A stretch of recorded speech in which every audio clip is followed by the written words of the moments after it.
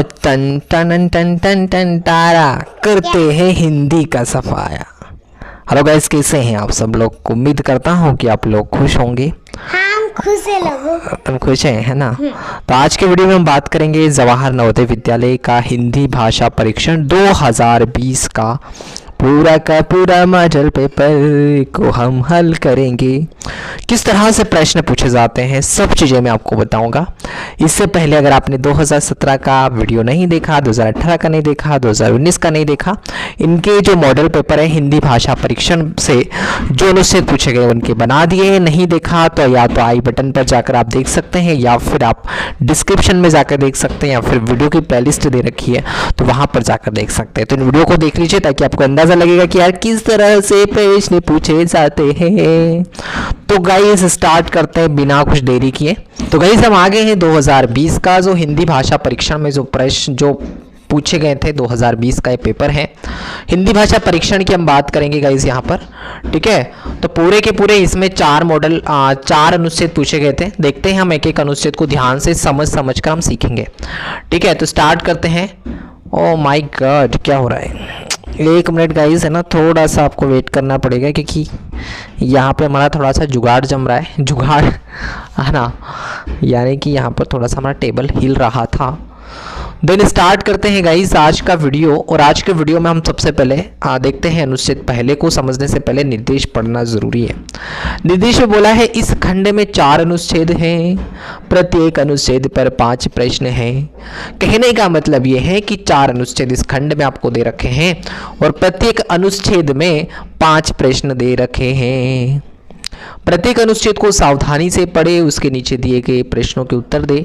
प्रत्येक प्रश्न के लिए 4 संभावित उत्तर दिए गए हैं जिसकी क्रम संख्या ABCD है। इनमें से केवल एक उत्तर ही सही है। सही उत्तर चुने तथा अपने उत्तर को दर्शाने के लिए OMR उत्तर पत्रिका में प्रश्न की संगत संख्या के सामने वाले वृत्त को काला करे। तो ये काम आपको करना है, ये काम आपको करना है। तो हम स्टार्ट करते हैं अनुच्छेद नंबर पहला। अनुच्छेद पहला क्या है जी? पहला अनुच्छेद जो है क्या बोला है? 50% डेली डेटा खत्म हो गया है। कोई दिक्कत नहीं है ना, हमें तो कोई दिक्कत नहीं भाई, है ना, अभी हमारे पास। चलो देखते हैं हम अनुच्छेद नंबर पहला, है ना। पर्यटक मनोरंजक और शैक्षिक दोनों ही होते हैं। कहने का मतलब ये पर्यटक जो होते हैं वो मनोरंजक भी होते हैं और शैक्षिक दोनों ही होता है। इसे सदा ही शिक्षा का महत्वपूर्ण अंग माना गया है। यूरोप में किसी नवयुवक को तभी पूर्ण शिक्षित माना जाता है जब यहाँ यूरोप के बहुत से देशों में भ्रमण कर चुका हो। ये बात भी सही है। यूरोप में कोई भी नवयुवक या नवयुवती को तभी पूर्ण माना जाता है जब वहाँ यूरोप के बहुत से देशों में भ्रमण कर चुका होता है। मतलब जरूरी नहीं कि उसने शिक्षा तो हासिल कर ली है, उसने पढ़ रखा है बहुत सारी चीजें, बहुत सारी किताबें उसने पढ़ रखी है, लेकिन अगर वो पर्यटक के रूप में उन जगहों पर नहीं घुमा है जो उसने पढ़ा है तो उसको शिक्षित नहीं माना जाता। वाह! प्राचीन भारत में भी हमारे ऋषि पर्यटक के महान मूल्यों को समझते थे। हमारे भारत में जो प्राचीन ऋषि मुनि होते थे वो भी पर्यटक के महान मूल्यों को समझते थे। उन्होंने इसे सबका पवित्र कार्य बना दिया है कि वे भारत के विभिन्न भागों में स्थित तीर्थ स्थलों में घूमे। इससे भारतीयों में एकता की भावना को प्रोत्साहन मिला। ठीक है, तो देखिए अब हम देखते हैं सबसे पहला जो प्रश्न है हमारे पास वो क्या है। देखो, ये जैसे आपने अनुच्छेद पढ़ लिया है, अब इसी अनुच्छेद में आपको उत्तर मिलने वाला है। ये जो प्रश्न है इनका उत्तर आपको इसी अनुच्छेद में मिलेगा। तो इसके लिए आपको इन प्रश्नों को ध्यान से पढ़ना है। नहीं, सबसे पहले प्रश्न को ध्यान से पढ़ना है, उससे पहले आपको अनुच्छेद को ध्यान से पढ़ना है, क्योंकि जब आप अनुच्छेद को ध्यान से पढ़ेंगे तो इन प्रश्नों का उत्तर आप आराम से दे पाएंगे। ठीक है, तो देखो 61 प्रश्न में क्या बोला है। यदि कोई वास्तविक शिक्षा पाना चाहे तो उसके लिए करना महत्वपूर्ण है। अगर वास्तविक शिक्षा पाना चाहता है तो उसके लिए अध्ययन करना जरूरी है, कार्य करना जरूरी है, पर्यटन करना जरूरी है, ध्यान करना जरूरी है। तो देखो यहाँ पर बोला है यूरोप में शिक्षित किसे माना जाता है? जो बहुत ज्यादा, है ना, बहुत ज्यादा पढ़ा लिखा हो जरूरी नहीं है, मतलब उसने पढ़ाई के साथ साथ जो है वो बहुत सारे देशों का भ्रमण भी किया है, वही शिक्षित माना जाता है। तो पर्यटन सबसे ज्यादा जरूरी है। ठीक है, तो शिक्षा के साथ साथ जो है पर्यटन या पर्यटक होना जरूरी है। ठीक है, आगे बढ़े। निम्नलिखित में से कौन सा शब्द मनोरंजक का समानार्थी है? भाई मनोरंजक मनोरंजक का समानार्थी कौन है? शैक्षिक नहीं हो सकता। थकाने वाला होता है क्या मनोरंजक? नहीं। दृश्यावलोकन नहीं होता। मन भावन, मतलब मनोरंजक का मतलब मनोरंजन होता है। मनोरंजन यानी कोई भी चीज आप देख रहे हो तो इसमें मजे होते हैं। जैसे आप इंस्टाग्राम पर रील्स देखते हैं ना, तो उसमें मजे आते हैं आपको, मनोरंजन होता है आप लोगों का, है ना। लेकिन दिमाग आपका हैंग हो जाता है, ये तो आप जानते ही हैं। तो ऐसे ही मनोरंजन जो है, मनोरंजक का जो समानार्थी है वो क्या होगा? मन भावन, जो कि आपको, जो आपके मन को भा जाए, मन भावन। आगे देखते हैं 63 नंबर पर। डैश स्थानों की यात्रा करना प्राचीन भारत में पवित्र समझा जाता था। Thank you God. देखो, प्रशिक्षण, तीर्थ, शहरी, व्यापारी। तो डैश स्थानों की यात्रा करना प्राचीन भारत में पवित्र माना जाता था। किसको माना जाता था? प्रशिक्षण, शहरी, तीर्थ, है ना। ठीक है, ठीक है, ठीक है, व्यापारी। तो यहां पर क्या आना चाहिए? तीर्थ स्थानों पर, तीर्थ स्थानों की यात्रा करना, तीर्थ इसमें आएगा। ठीक है, आगे बढ़े 64 पर। लोग यदि अधिक करें तो उन्हें दूसरों के साथ एकता का अनुभव होता है। देखो, पर्यटन करें, बातचीत करें, खेल करें, प्रश्न करें, तो पर्यटन करें। तो पर्यटन अगर अधिक करें तो उन्हें दूसरों के साथ एकता का जो है अनुभव होता है। ये है ना, हमने पढ़ा था। देखो, इससे भारतीयों में एकता की भावना का प्रोत्साहन मिलता है। ठीक है ना। अगर पर्यटन ज्यादा करे, तीर्थ स्थानों पर भ्रमण करे तो। आखिरी वाला प्रश्न है, ऋषि वहां स्थान है, ऋषि वहां व्यक्ति है, सॉरी, ऋषि वहां व्यक्ति है जो डैश डैश होता है, विद्वान होता है, स्वतंत्र होता है, चतुर होता है, धूर्त होता है। धूर्त तो हो ही नहीं सकता है, चतुर ऋषि है ना। यहाँ पे विद्वान की बात की है। ऋषि कौन होते हैं? विद्वान होते हैं, विद्वान विद्वान विद्वान। ठीक है, आगे देखते हैं मनुष्य दूसरे को। देखो क्या है, पढ़ लेते पहले।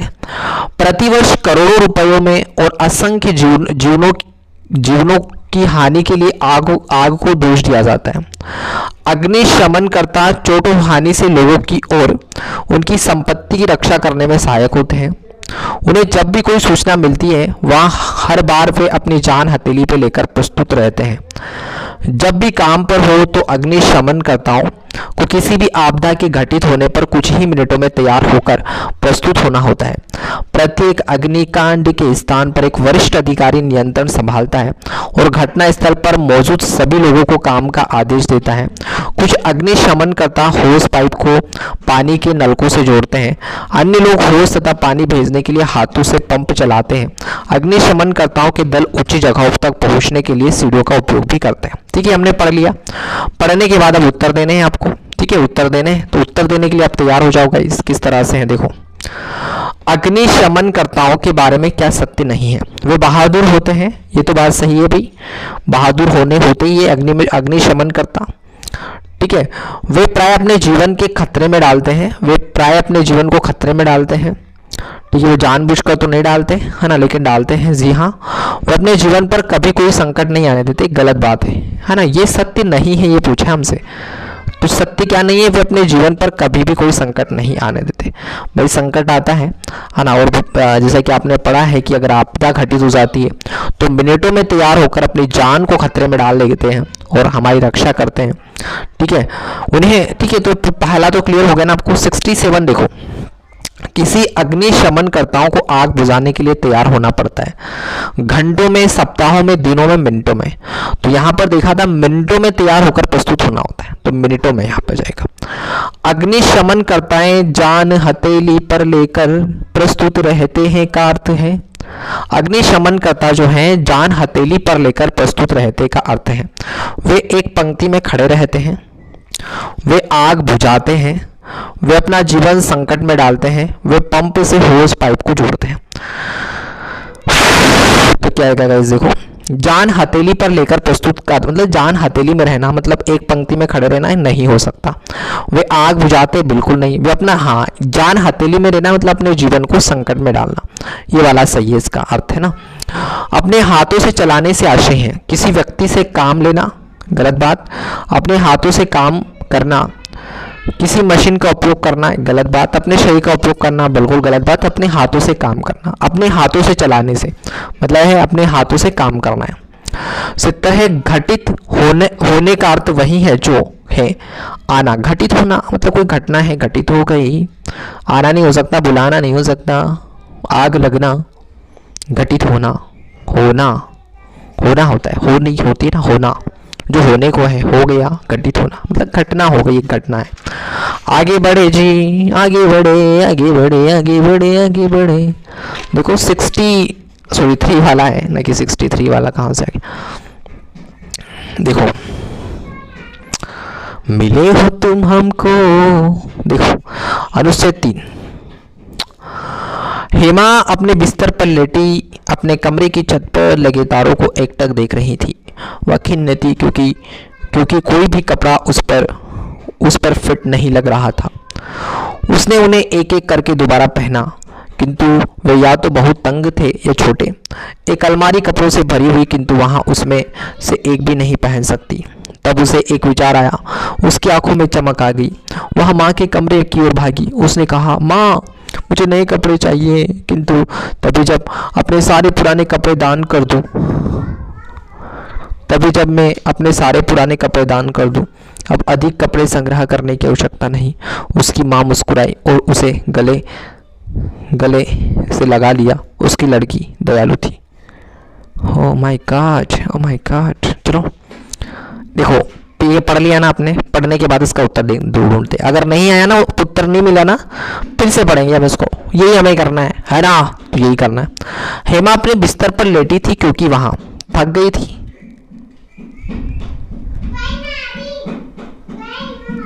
तारे देखना पसंद करती थी। सोच रही थी कि क्या पहना जाए। आलसी लड़की थी तो क्या आएगा, सोच रही थी कि क्या पहना जाए। अपने बिस्तर पर लेटी थी, वो सोच रही थी कि क्या पहना जाए, है ना, ये वाला आ जाएगा। वहां कोई भी कपड़ा नहीं पहन सकी क्योंकि वे फैशन के अनुसार नहीं थे। वे बहुत रंगीन थे, उसे पता नहीं था कि क्या पहनना है। कपड़े उसे फिट नहीं बैठे। कपड़े जो है वहां नहीं पहन पाए क्योंकि कपड़े उसे फिट नहीं बैठे। कोई छोटे थे, कोई बड़ा था, कोई रंगीन नहीं था, कोई बेकार था। ऐसा संग्रह का समार्थक शब्द है। ये मैंने कम्युनिटी पोस्ट में पूछा था। कम्युनिटी पोस्ट में जाके देख लेना, बहुत सारे प्रश्न आपको मिल जाएंगे वहां पे भी। तो संग्रह का समार्थक, संग्रह मतलब कलेक्शन होता है ना, इकट्ठा करना होता है।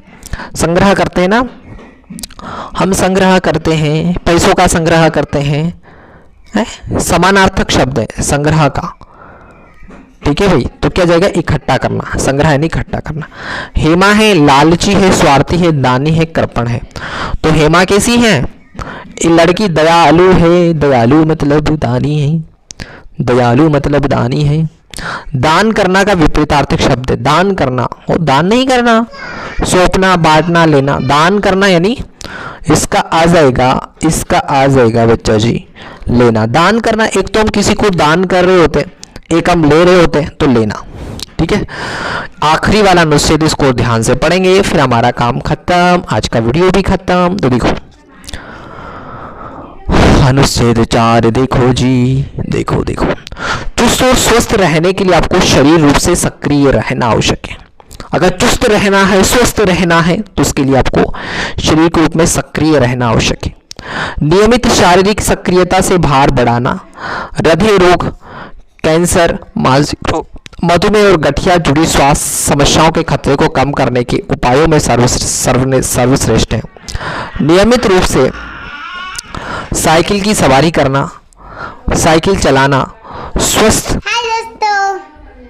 चुप बैठा ना, न्यून आघात वाला व्यायाम है, जिसका आनंद छोटे बच्चों से लेकर बड़ी उम्र के प्रौढ़ों तक सभी उठा सकते हैं। यह आनंददायक, सस्ती होने के साथ साथ पर्यावरण के लिए भी अच्छा है। काम पर जाने या दुकान पर जाने के लिए उसकी सवारी करना समय की सर्वाधिक बचत करने वाला उपाय है, जिससे नियमित व्यायाम को दैनिक गतिविधियों से जोड़ा जा सकता है। आवागमन, मनोरंजन या साइलेंट बोला ना, मनोरंजन या खेल के लिए प्रतिदिन 1 अरब लोगों के द्वारा साइकिल का उपयोग किए जाने का अनुमान है। भार घटाने के लिए साइकिल चलाना एक अच्छा उपाय है। इस से मांसपेशियों का निर्माण होता है और शरीर की वसा जलती है। शोधों ने संकेत किया है कि प्रतिदिन आधे घंटे साइकिल चलाने से हम एक वर्ष में कम से कम 5 किलो भार कम कर सकते हैं। ये सभी चीज़ हमने पढ़ ली है बच्चा जी। और हम आते हैं प्रश्नों पर। प्रश्न 74 क्या है, 76 क्या है। अनुच्छेद का मुख्य उद्देश्य हमें के लाभ बताना है। वाह वाह वाह वाह वाह वाह वाह। 76 जो है इसमें क्या आएगा, अनुच्छेद का मुख्य उद्देश्य हमें जो है किसके बारे में बात की थी, है ना, साइकिल चलाना स्वस्थ न्यून आघात वाला व्यायाम है। तो नहीं साइकिल की बात की थी, साइकिल चलाने की बात कर रहा था ये, ठीक है। जब लेखक ने कहा कि साइकिल चलाना पर्यावरण के लिए अच्छा है तो इसमें से कौन सा सही नहीं है। जब लेखक ने कहा कि साइकिल चलाना पर्यावरण के लिए अच्छा है तो इसमें से कौन सा सही नहीं है। इसमें कोई अस्वास्थ्यकर गैस नहीं निकलती है। इसे पेट्रोल अथवा डीजल के बिना चलाया जा सकता है। इसमें वातावरण प्रदूषित नहीं होता है। इसकी सवारी सभी आयु वर्ग के लोग कर सकते हैं। तो यहाँ पर देखो ये जो ना साइकिल चलाना क्या कर रहे हैं, सभी लोग कर सकते हैं ना। इसकी सवारी जो है सभी आयु वर्ग के लोग कर सकते हैं, ठीक है। निष्क्रिय शब्द का विपरीतार्थी शब्द है। निष्क्रिय का विपरीतार्थी मतलब उल्टा। निष्क्रिय होना, अगर कोई निष्क्रिय है तो सक्रिय हो जाओ, एक्टिव हो जाओ। न्यून आघात वाला व्यायाम है, जो थकाए नहीं, जिस पर अधिक वेदना है, जो कार्य कुशल ना हो, जो उबाऊ ना हो। तो यहाँ पर क्या आ जाएगा गाइस, यहाँ पर जाए जो थकाए नहीं, वो न्यून आघात व्यायाम किसको कहेंगे, जो थकाए नहीं। एक और है, नियमित रूप से साइकिल चलाना हमारे लिए सब में सहायक है केवल इसे छोड़कर। तो ये आप देना इसका आंसर कमेंट बॉक्स में, क्या आंसर आएगा, ठीक है। मिलते हैं नेक्स्ट वीडियो में जल्दी ही। वीडियो को लाइक कर दो अगर नहीं किया है तो। और देखो ये अगर आपको समझ नहीं आया तो दोबारा इसको पढ़ो, समझ जाओगे आप लोग, ठीक है। Bye bye.